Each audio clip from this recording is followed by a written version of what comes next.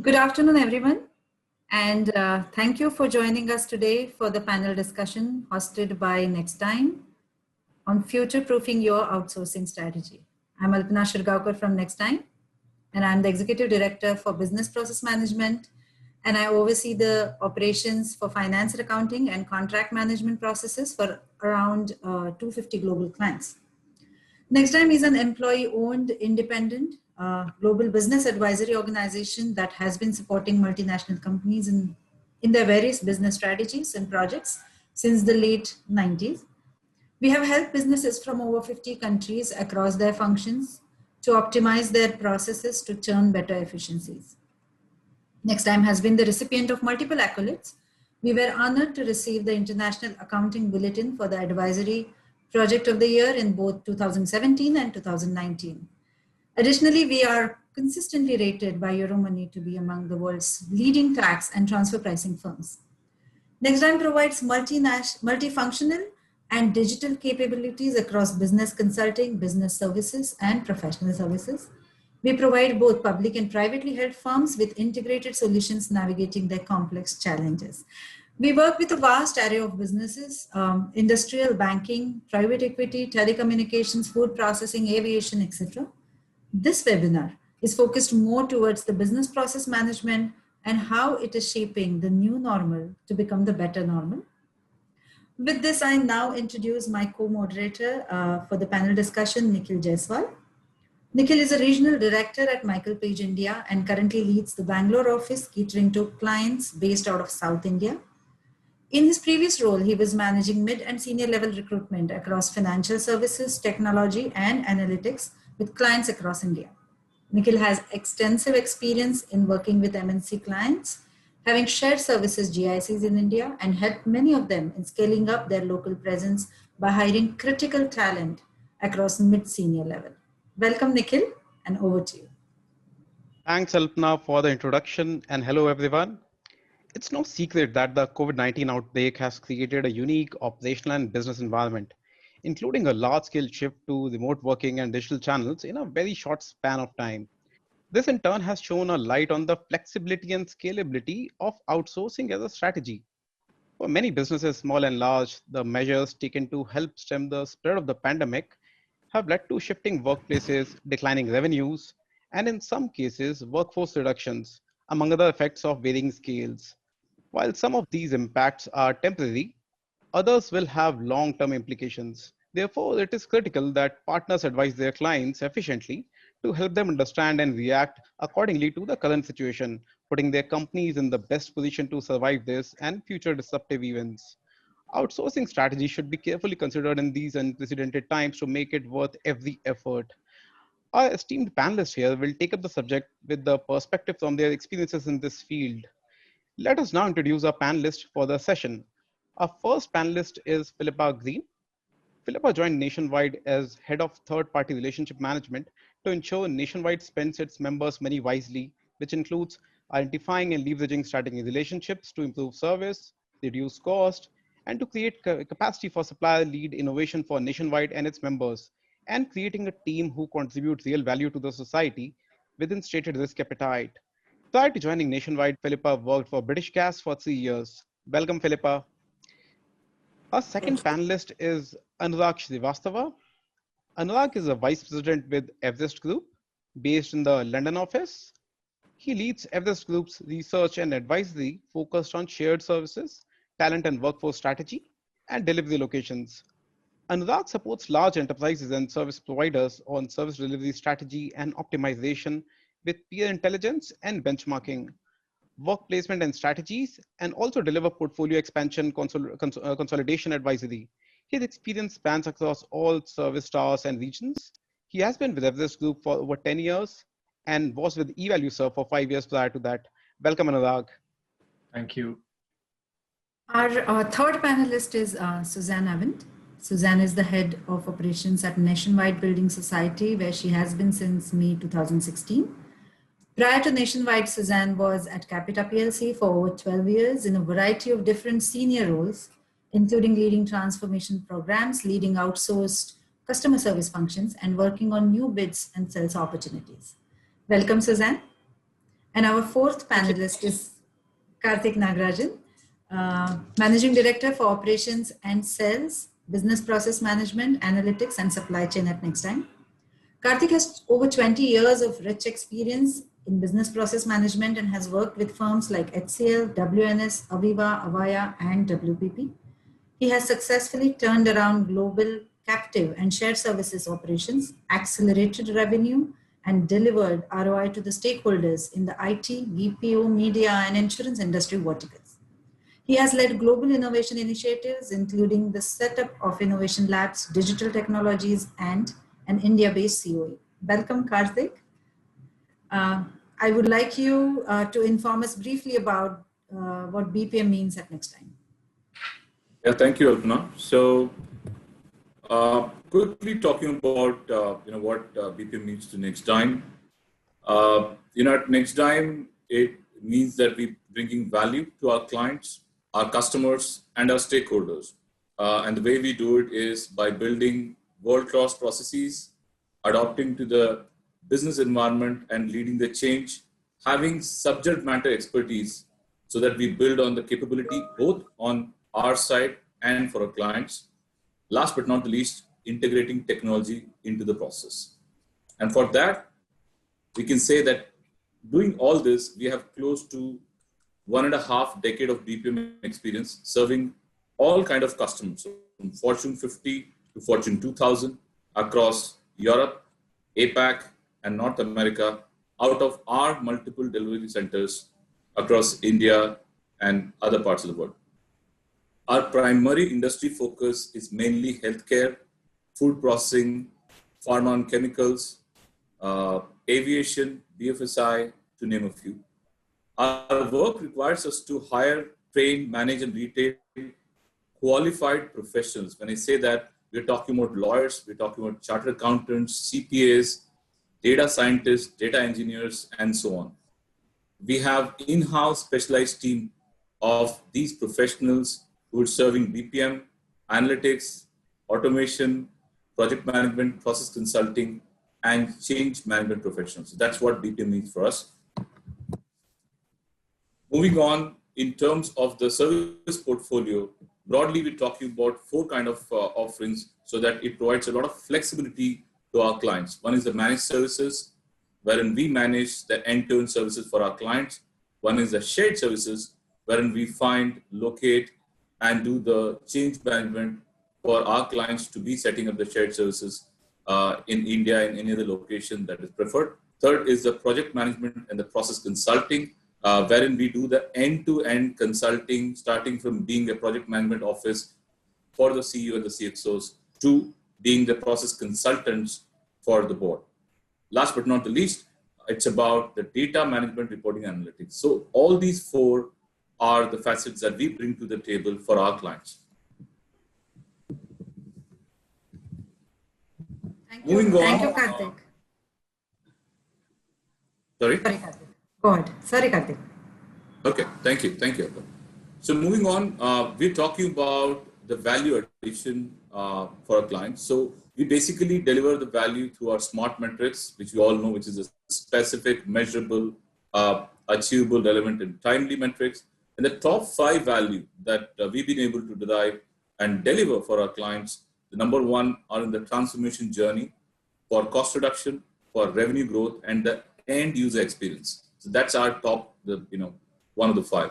And then, like I spoke earlier in a slide, it's building the capability and gaining deep domain expertise so that we are not only able to do the job for our clients, but we are also able to suggest, advise, recommend, in terms of the industry they belong. Third, building a very strong relationship with our clients through transparent communication, through proactive views on their business, and owning up to the responsibility of work that we will deliver. Introducing efficient ways of doing the same work for us is also one of the top 5 goals that we have. Last but not the least, it's about end-to-end ownership of the work done out of Nextime and out of client locations. So that's what value we will deliver from Nextime to our clients.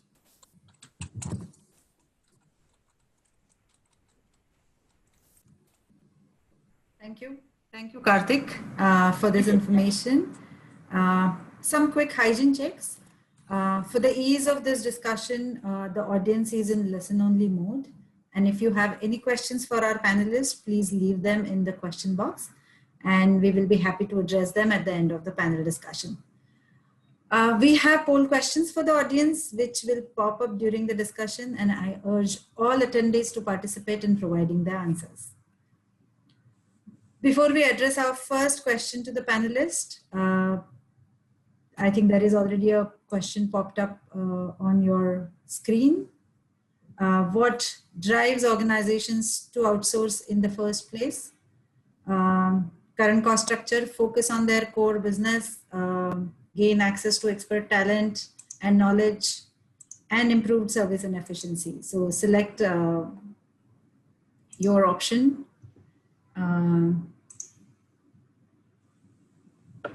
We'll wait for a couple of seconds for the response.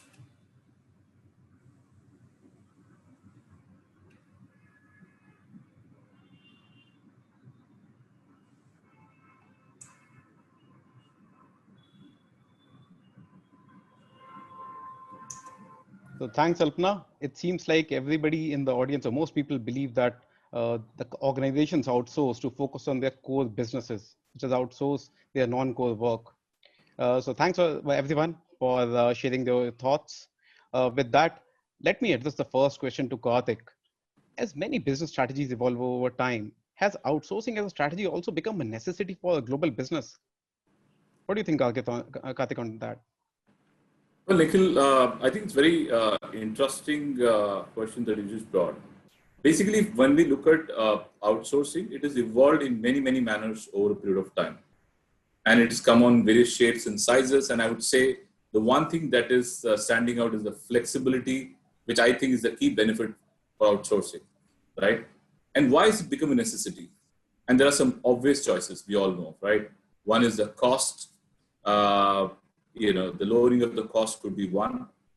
Second could be, in terms of if an organization is looking at boosting the efficiency quickly and easily. Third could be the talent pool, right? And especially on some of the low-cost geo, the on-demand talent pool is easily available. Fourth is the expertise that suppliers like us can bring to the table. And there are many others that I know. I just want to quickly touch upon, like digital transformation, which is the access to technology, especially when they need partners who want to help them take in terms of the journey of digital transformation.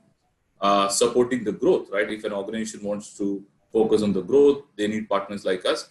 But the one thing that I still want to agree is, as organization, if somebody wants to focus on their core and they understand, I think it takes a while, it takes decades for an organization to understand this is what my core business lies, and I would focus heavily in terms of cost, time, strategic thinking. And the non-core, I would want to, give it to a partner who's got shared values, who's got expertise, who's got availability of talent, and who's also got some level of technology that I can play around with. So with these four, I would say if an organization is looking at to outsource the non-core, that's the right choice and that's the right thing to do. So that's my view in terms of how organizations have evolved. In terms of necessity, when I say it is kind of gotten into all facets of life, right? When the first outsourcing happened, especially for India, way back in 90s, it was more about, will it work? What are the issues that we'll have? But in the last 30 odd years, especially as India and other countries, the partners and the suppliers have evolved, right? In terms of making investment in technology, in the right skill set, in the collaboration tools, so that the best they are able to offer to the customer.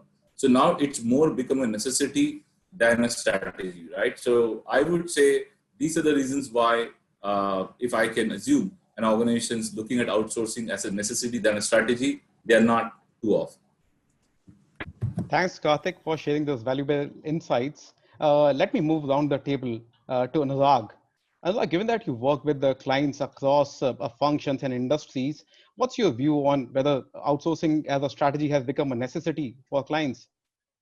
I'd say so, Nikhil. I think if you look at our view on the industry, we believe that outsourcing will remain one of the two pillars of the global services industry, in the sense that it is not going away.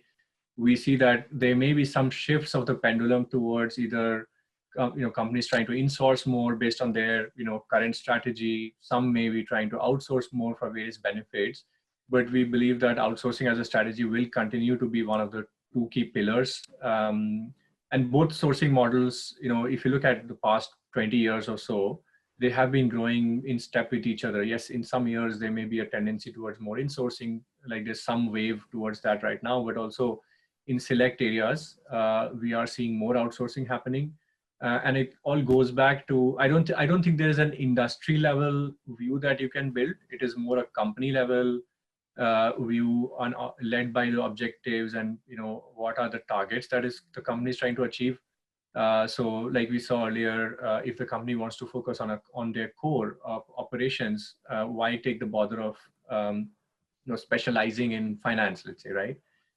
So whether it is a cost objective or savings objective, whether it's a trying to bridge the talent divide objective, whether there's a technology shortage or technology debt that companies are trying to fulfill, or they're simply trying to transfer the risk of hiring people, running a people's business. We believe that outsourcing retains its value, and definitely in a lot of cases and scenarios, it is the best strategy to move forward. So overwhelmingly, I would say yes, it is a strategy that is becoming a necessity.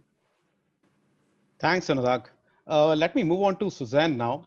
Suzanne, given that you being on the client side would have seen outsourcing happening for many years now, how have you seen outsourcing as a strategy evolve within the organization? I think it's a really interesting question, because I think there are two ways of looking at it almost. So I think you could almost look at outsourcing as a way to deliver your strategy, or you can look at outsourcing as a strategy for what we want to do. And I think it depends on actually what you want to deliver and what your primary objective is. I think if you're looking at something and your primary objective is a cost-driven strategy, then potentially you would then design a outsource strategy to go alongside that, and that would therefore deliver you your cost objective. But if you're looking at delivering a service improvement strategy, then perhaps you would then look to, okay, so who are the experts in that? Who are the experts in this service that we are delivering? So therefore you then put an outsource strategy alongside that. So I think there's two ways of looking at it. One is having an outsource strategy as a strategy, and the other one is looking to outsourcers or an outsourcer to deliver your strategy because they are the experts in it. Thanks, Suzanne. Let me ask Philippa the same question. So Philippa, what's your view? How necessary do you think it has become as a strategy, outsourcing has become as a strategy for the global businesses? So I think Suzanne makes a really important point there, and it's a point that I would echo. I think outsourcing is a response to a strategy. And I think that when you're looking at fulfilling your business strategy and considering outsourcing, I think you need to ask yourself really, really closely why. What is it you're trying to achieve? What is it you're trying or thinking about outsourcing? And then how do you go about achieving the outcome that you're looking for? So I'm in the space that says outsourcing is a really important tool by which businesses can deliver their business strategy. And yeah, in that context, I think you'll find that a lot of organizations are looking at the subject areas for outsourcing, and they will probably be looking at it going, can I eliminate activity? Can I automate activity? And then can I right source the activity that's left? And fundamentally, when you get through all of those phases of it, whether it's process re-engineering to eliminate activity, whether it's business process management to automate it, or whether it's then right sourcing, I think increasingly organizations need to see it in that wider context. Great, Philippa. Thanks a lot. So what it seems like is everybody agrees that increasingly outsourcing has become a very important and necessity as a strategy for global businesses. And there are multiple reasons for doing that, be it the cost, be it the technology or the other advancements, etc. Philip, I have a follow-up question to what Karthik was mentioning earlier for you, which is outsourcing industry has been functioning as a formal industry for over 30 years in India. So how have the providers been able to keep up the success factors for their clients? I think that's a really important question, because I think you probably know fairly early doors whether you've entered into the wrong relationship when you go into an outsourcing relationship, but equally you know fairly early on whether you've entered into the right one. And then I think it's about ensuring that you can both be very transparent about what you need to get out of the relationship. You can be very transparent about actually a relationship is a two-sided thing. It's not a subservient supplier and customer.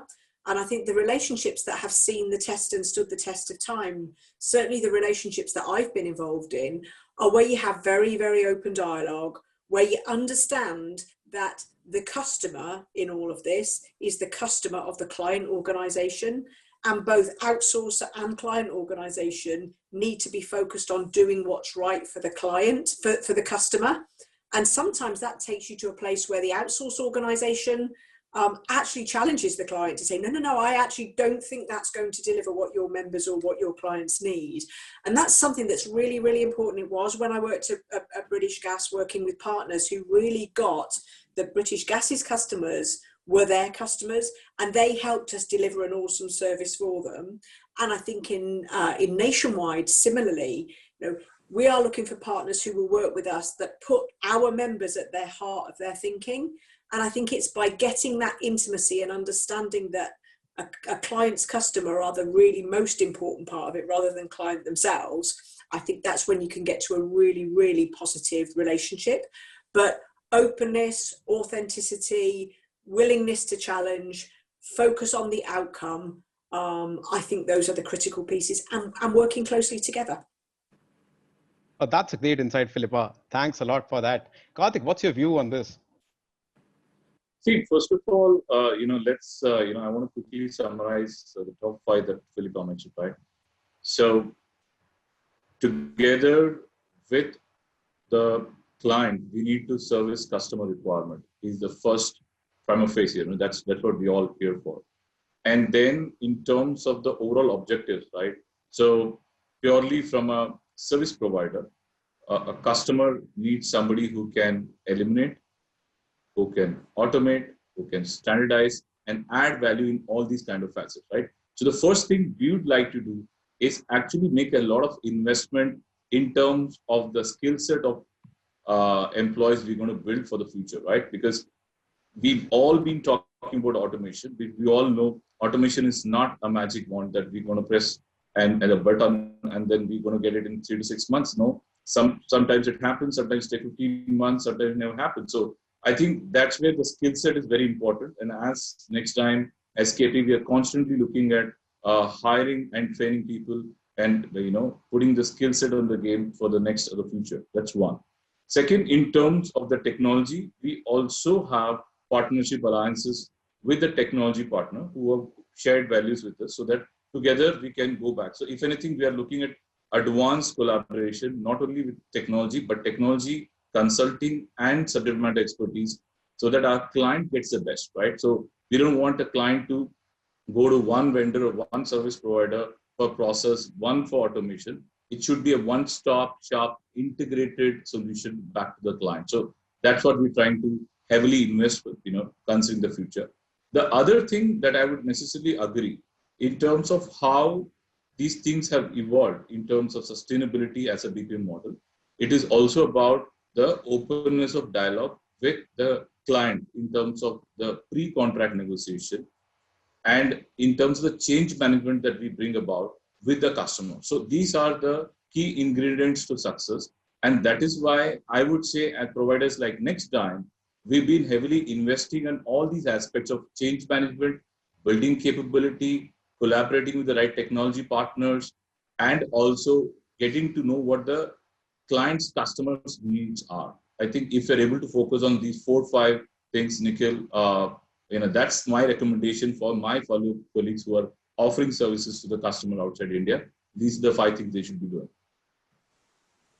No, thanks, Karthik, for summing up so well. Over to you, Alpna. Thanks, Nikhil. The next question I would like to ask Anurag and Suzanne, but I'll start with Anurag. What are the key recommendations for the clients to ensure that the outsourcing strategy is relevant and evolving? So I think the first one, again from the client point of view, is our recommendation as a don't want to use that term, but essentially middlemen and a company that advises both parties is we have seen many relationships fail where the client was not taking an active interest, right? So for them, it was almost a case of open and shut. You sign the contract and then it executes itself. But that's not how the real world works. We've seen successful relationships where clients have actually taken an active interest. It's not just around having a weekly governance call or a monthly steering committee call, but it is actually making sure that this provider or the vendor has everything they need to succeed, right? So investing in the relationship, making sure that you're passing on all the industry context, you're investing in training of your resources, you have open lines of communication. Essentially treat the vendor or the provider as a partner and not just as a outsourced vendor, right? So share the vision, share the strategic direction of the firm, integrate the provider more into your own organization, right? And then I think the other big thing is be clear about the objectives, right? So is the relationship important to you because there are cost savings you need to achieve? Then there's a very different kind of a structure you need to have in place to manage the relationship. Versus is it more to achieve things that you cannot do in-house, or you don't want to do in-house, whether it is because you don't have the in-house capability or you want to focus on core operations. Is the relationship important to you because you want to access scarce talent where you are struggling in the market and you don't want to invest in something that as a technology may get obsolete in the next 2 to 3 years, right? Or is it more around having an unbiased independent partner that helps you push politically sensitive change internally? Or is it more to improve processes, accountability, where you may be struggling internally? So it is about having a very clear sense of what is it that the relationship means to you and what are your objectives from it. I think these are the couple of key recommendations we'd make that we have seen being very important in ensuring success of the relationship from the client side of the house. Great. And these are really insightful, and I can completely relate to it, being on the other side of the table and understanding expectations from the client. Suzanne, your thoughts on this question? Yeah, thank you. I think my thoughts are very similar to some of the conversations we had a little bit earlier, but I think it's very important, I think, to understand why it is that what it is that you're trying to outsource. So actually, to Philippa's point earlier, you need to make sure that you redesign the process, you then understand what the process is, and then you decide the right source and the right sourcing place for that to be delivered from. Or do you just want to give the problem to somebody else to fix it for you? So I think it's really important to understand exactly what you're trying to achieve. Are you trying to have a redesigned and efficient process, in which case you need an outsourced partner who's going to deliver both for you, or do you just want it done as it is now with somebody else to deliver it and take the problem? So I think you've got to be really, really clear what you're trying to achieve, and think really carefully about what you're trying to achieve. I think the second point I'd make is about the relationship that you then have with that outsourcer, and it does definitely need to be as a partnership, and it needs to be a two-way street. And from being on both sides of the relationship, from working for an outsourcer and working as a client, it's incredibly important. And I think my phrase I always use with my team is you need to be eyes on but hands off. You've given it to somebody else to deliver because they are the experts in that. Yes, you need to check how it's going and you need some governance and you need to work together, but you haven't given it to that person to then try and do it yourself. So, and then you won't achieve your cost savings and you won't achieve your objectives. So I think it's really important then to have a sensible grown-up partnership relationship where you're both really invested in what the outcome needs to be and what the end goal is. So eyes on, hands off is my phrase. I'm going to hijack that phrase and going to use it. But it's a brilliant, insight, Suzanne. And I feel that focusing on the objective and understanding what you really want out of that relationship will keep the relationship relevant. I completely agree to what you said. Before we move to the next question, I think let's take one more poll question for the audience. So post COVID-19, what are the capabilities you're looking in your service provider? You would have the options on your screen: knowledge of my business, ability to provide substantial cost saving, capability to add value, integrating process and technology, and regarded for credibility and transparency. Please choose your option. We'll wait for a couple of seconds for the results.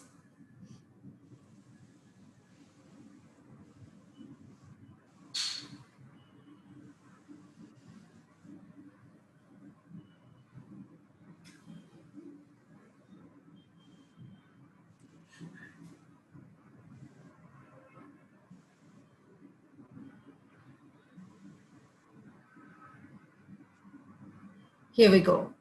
So around 60% of people attending this webinar feel that capability to add value, integrating process and technology is the most relevant capability that people would be looking for. And maybe another 20% feel that ability to provide substantial cost saving and regarded for credibility and transparency is important. Great. So let's move with next question. I'll start with Anurag. How have the outsourced vendor partners added value in driving the organizational transformations? Your thoughts, Anurag? Sure. So I think it goes back to some of the stuff that we were discussing. So we see this happening in multiple ways. And again, like I said, it's important to be clear on what the value addition is, right? So beyond just the cost savings, there may be multiple angles around it. One could be where you're looking at technology or process improvement, and essentially what you want is a time arbitrage or a risk arbitrage, where you're saying, I don't have time to invest in this in parallel with also supporting my core work. And so you essentially make that someone else's problem. You pay for it, obviously, but you then don't have to invest time in it, right?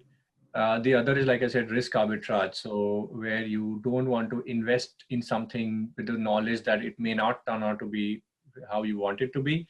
And so you essentially outsource that risk. It is a risk that is around the SLA and performance and achieving the KPIs. It could also be a risk around hiring the right kind of people, keeping them joyfully and gainfully employed.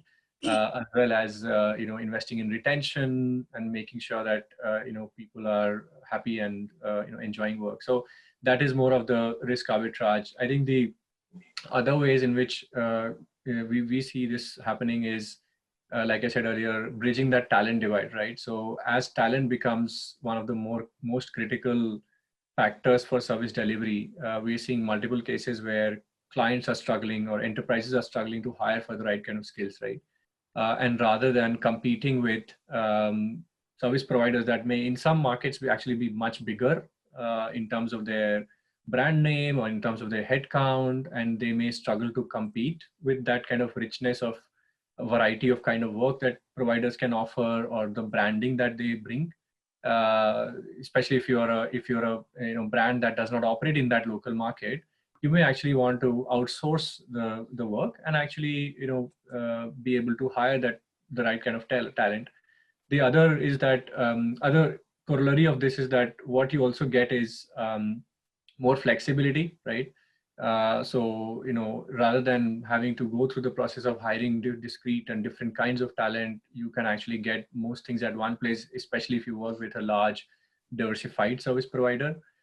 The third is, like I said earlier, if you're looking to drive some politically sensitive change, often it works when you bring in a third party bring in someone from outside who's an expert at doing this, and then you let them drive change and essentially firing on someone else's shoulder, right? So that we've seen as as an aspect where the vendor relationship or an outsourced relationship works better.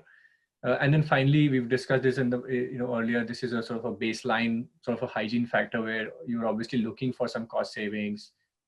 You're looking for some process standardization, increased accountability, because service providers have been doing this for a longer time. They have been doing this across multiple clients. They may already have best practices that you will have to pick up from the market. They may already know the right places to look for talent.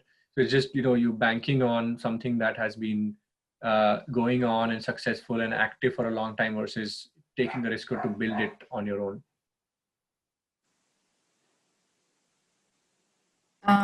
Philippa, based on your experience, where do you see outsourced vendor added value in driving transformation? So I agree with a lot of what's been said before. I think that the value that can be added is to get to a position where you are delivering outcomes for your customers, for your members, more efficiently and more effectively. And I think if you get it right and you align to the outputs that you really need, you're working with people that are better placed to deliver some parts of the service that you want to deliver to members than maybe you would in terms of the skills that you have internally within your organisation. So again, for me, a lot of this comes out of the relationship.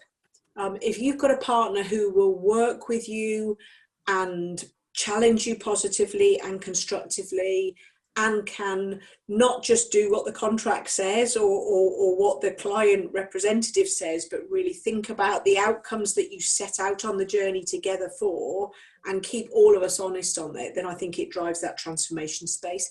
I think being really, really honest as well, if you get the outsourcing correct, you can afford to do value add activity that delivers better service for members and customers than you could if you had to do all of that activity yourself.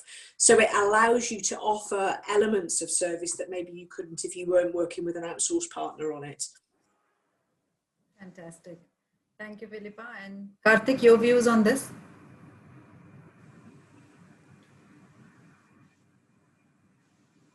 Karthik?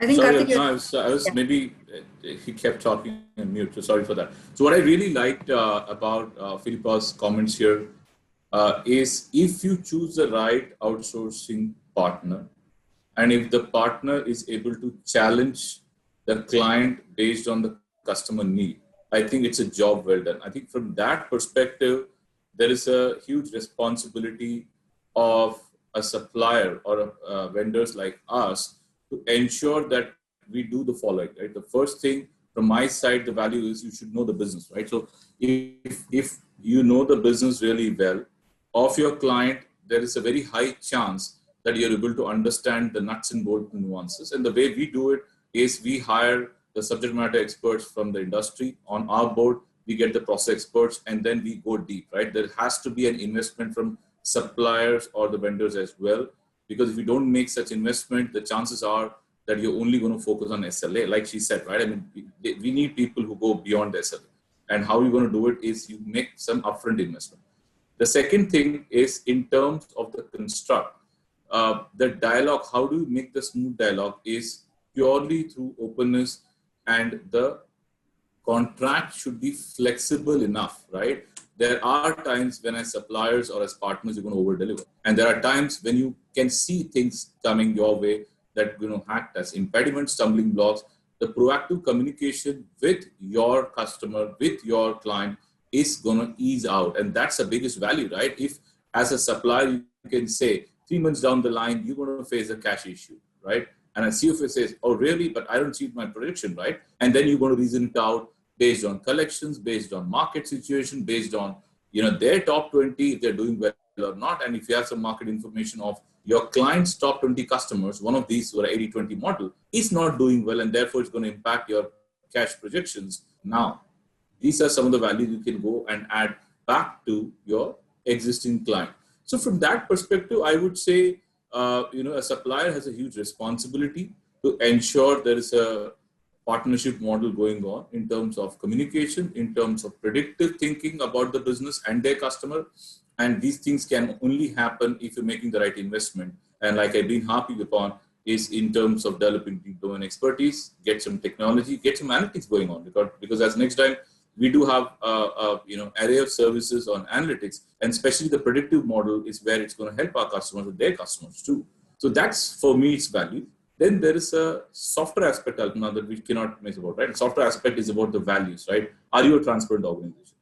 Do you have it in you to call out the bad news and talk to your customer to say, look, there are things falling from the crack, and this is the solution we got. Are you going to hide behind the issues? Are you going to do the blame game? So that's, as a value, as a supplier, you need to have to own up for your mistakes and correct it proactively.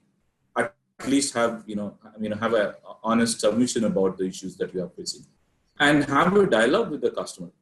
Push them to help you, because it's always the nice phrase, right? Help me to help you. So I think if you need any help, be upfront and asking for the help so that you can deliver the world-class services. Because end of the day, it's about the client and you both are focusing on delivering a world-class end user experience. So if that's one goal, then you're joined up. It's not a subservient or a master slave agreement, right? So that's my 2 cents on how we should go about it. Fantastic. And I think you brought the software aspect. I think that is very important in this discussion. So thanks, Karthik. And Suzanne, you want to add something to what others would have already added? Yeah, that's fine. I think everyone else has made some really valid contributions and some valid points. I think I look at it in a kind of slightly different way as somebody that owns the responsibility for the service delivery, or when I've worked for an outsourcer, have been responsible for delivering it. And I think as a service owner, you kind of look at it in 3 ways. I can either do it myself, I can get somebody to help me do it, or I can give it to someone else to do. 3 options with what you've got when you're looking at a transformation program. And I think it's very important for me to look at, actually, is there someone else out there who has done this before, who has got reusable knowledge and has done this for another client, or has got experience of working on this, rather than completely reinventing the wheel and starting from scratch again. And if you partner with the right outsourcer and you have the right partnership, you can get the benefit of the fact that an outsourcer has done this before, and you can also then apply that benefit to your own particular spin on the transformation that you're trying to deliver.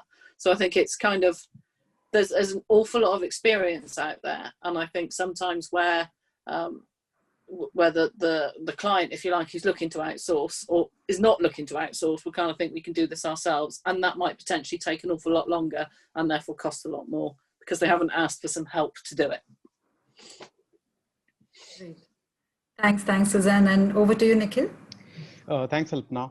So far in the conversation, I think there are some very important points which have come up, which are critical for the success of a vendor-partner relationship, be it mutual trust, be it open communication, as well as, again, working towards taking ownership of the whole process. I want to actually understand at this stage that, let's say, what are the challenges in this whole process? So what are some of the concerns that the organizations might have while taking the decision about outsourcing? So maybe Philippa, you can share your views on that. Okay, yeah, happy to.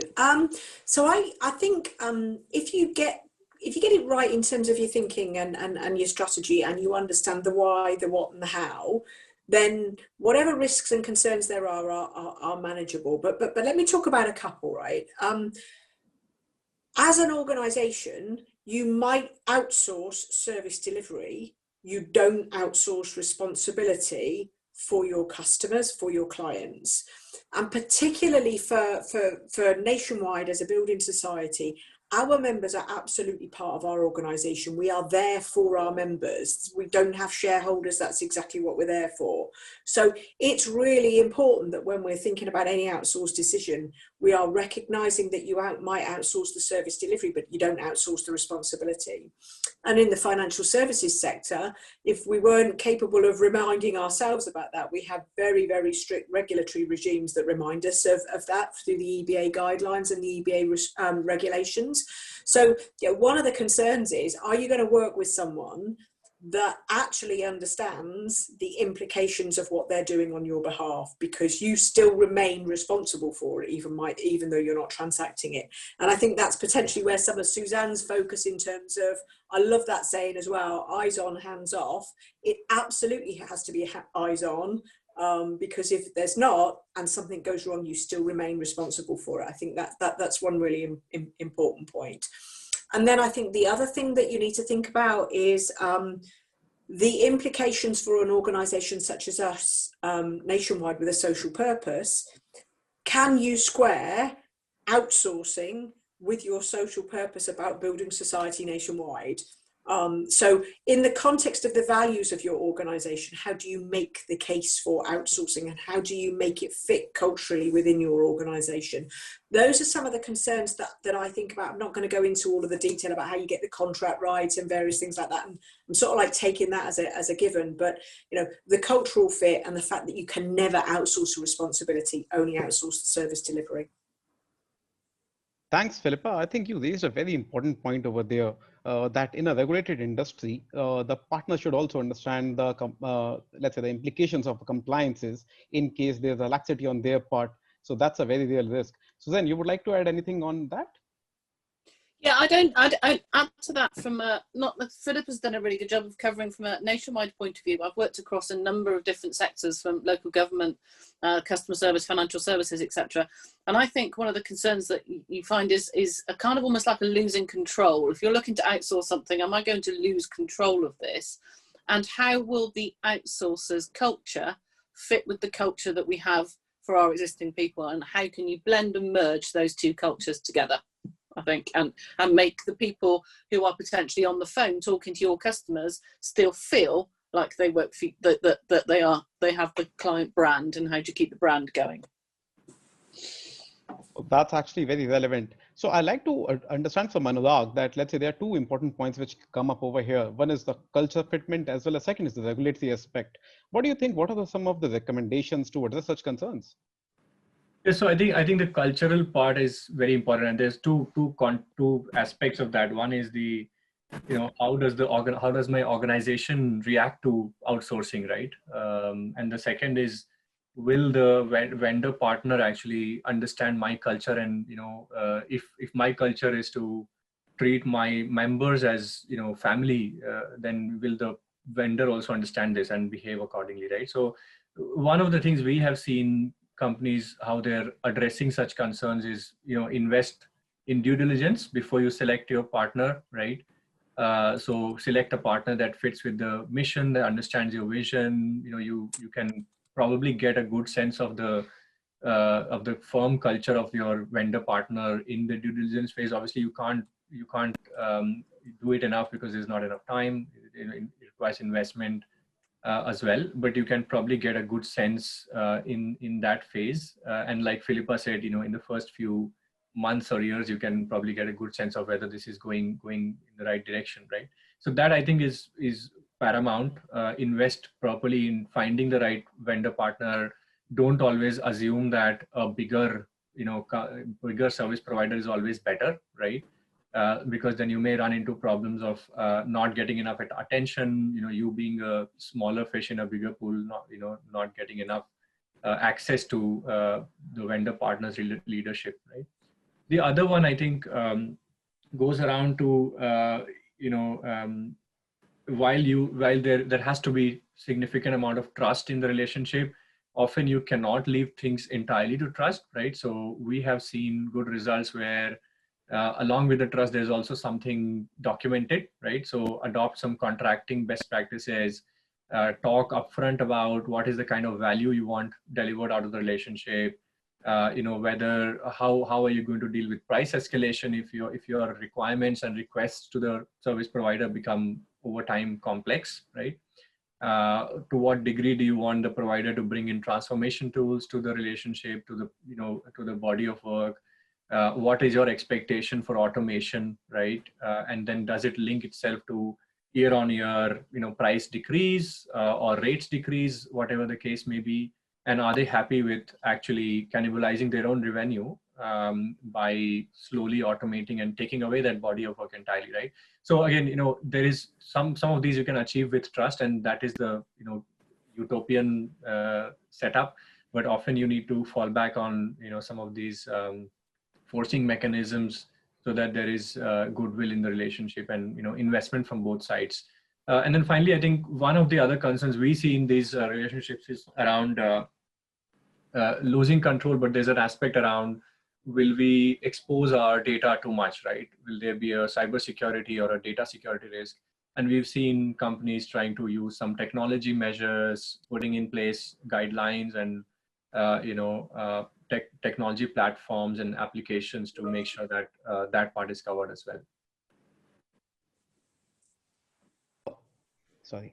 Thanks, Anurag. I think it was definitely just like in life, you rightly mentioned that it's important to do the due diligence to choose the right partner rather than doing it later. And another thing which is very interesting is big is not always better. So Karthik, what's your take on that? See, if I can just maybe slightly step back in the conversation of where Suzanne mentioned, right? In terms of what do you expect in terms of the decision, right? So when you have the decision, the first thing is, let's say, Nikhil, you want to outsource, right, certain function from your organization. Naturally, there is a buy-in that needs to happen across the management, and there is a buy-in needs to happen at the board, right? And that is where I think sometimes it's not easy to articulate the benefits. Sometimes very difficult because thought and action and plan, all three can't come together at any given point in time. You need help, right? So that's where even we have been able to help devise a business case for outsourcing for many customers of ours. That's the step number one, and that's where when you partner with your prospect customer or with the future customer at the time of taking a strategic decision, I think the relation goes a long way because you know the pain point. You're also seen as a true partner versus somebody who's just going to deliver, right? So there is a transaction, for example. So I think that's the step number one, and that's helped us a lot as an organization in helping her devise a business case. Now, taking right from the business case to, let's say, you're awarded a contract, there are many things that are said and unsaid in a contract, Nikhil, right? Especially in terms of the exit clause, termination, if you don't achieve your KPI, what security you're going to give it back to the customer and so forth, right? That is where I think the ground rule of contract and the softer part has to come together. The softer part, like, what is your understanding of the business? Like Suzanne said about the culture, right? I mean, I remember one of the clients we served a long time back was British Telecom. And back then I was a manager, we're talking about 2002-03 maybe, is I had a 4 weeks program only in understanding, how to pronounce certain words for our UK customers. So I think, and that is so important culturally, what would take with that region and so on and so forth, because sometimes the way we put certain things in a sentence necessarily won't mean that way, right? It's different culture. So the cultural training was very important back then. And I feel somewhere, Nikhil, this is lost its space because I don't see people doing this or focusing too much on culture training anymore. But I would recommend for people who want to really have a long-lasting, strong relationship with your client and their customer, I think the culture training is a must. So you need to know, what kind of dialects, which regions. You need to know a lot about the software aspect. Second, in terms of the expectations, right, it has to be very realistic. So naturally, in terms of the cost, somebody would say, I need a 40% reduction in 2 years. Now, at the time of grabbing the business, it's very tempting, Nikhil, not to say no to anything, right? You just go and say yes to it. But that's the last thing you want to do. You want to co-create those numbers with your customer in terms of what does a realistic number look like. And as Suzanne rightly mentioned, right? I mean, look at it this way. Do you want to take the process in the current shape or form, or do you actually want to go back to your customer and say, look, this is not the right time to outsource. Let us simplify the process. Let us standardize. Let us make it so simple that anybody across the globe can deliver. that's the time to outsource. So that's kind of a conversation in the dialogue that as supplier partner, I'd like to have with my customer versus say, okay, give me the business, right? So that's not the right time. So timing is important. That's where you also become a trusted advisor to your customer. What's the right thing for the customer? What's the right thing for the outsource? When is the right time to bridge the battle? So those are some of the things we can address. Now, taking it further, once a relationship starts, you actually transition the business, and then you still are facing challenges, and challenges could be because maybe you're not getting the right support, maybe you're not hired the right people, maybe the technology is not the world class, etc. That's when there is a constant, it's a working hard, working close kind of a model, right? If you really mean, purely from a relationship credibility standpoint, you have to work really hard to make it a success. It is not an easy thing. But once you do that, working closely, co-creating a solution with your customer, it goes a long, long way. So for example, Nikhil, some of our customers in the BPM space are with us for the last 15 years, right? And that with the kind of dynamic world and with so many things that happened in the last 15 years, right? Technology has come in, ML has taken a space, there's robotics, there's automation, there's analytics and so forth. Still the customer stuck with us because of what we've done from year one, year two. Those are the, seeding times that if you do the right things, it goes a long, long way. So those are my 2 cents for my colleagues and my listeners. Thank you. Thanks, Karthik. I think you rightly touched the topic in terms of, let's say, it takes a lot of investment and effort to build that relationship, which goes a long way in building that trust, which addresses most of the concerns for any organization when they are looking to outsource. So I'll take this opportunity to thank everyone, Philippa, Suzanne, Anurag, Karthik, for sharing your thoughts and insights with us. Over to you, Alpna. Thank you, Nikhil. And this brings us to the end of our today's session. I'm very thankful to all our participants and speakers for your time.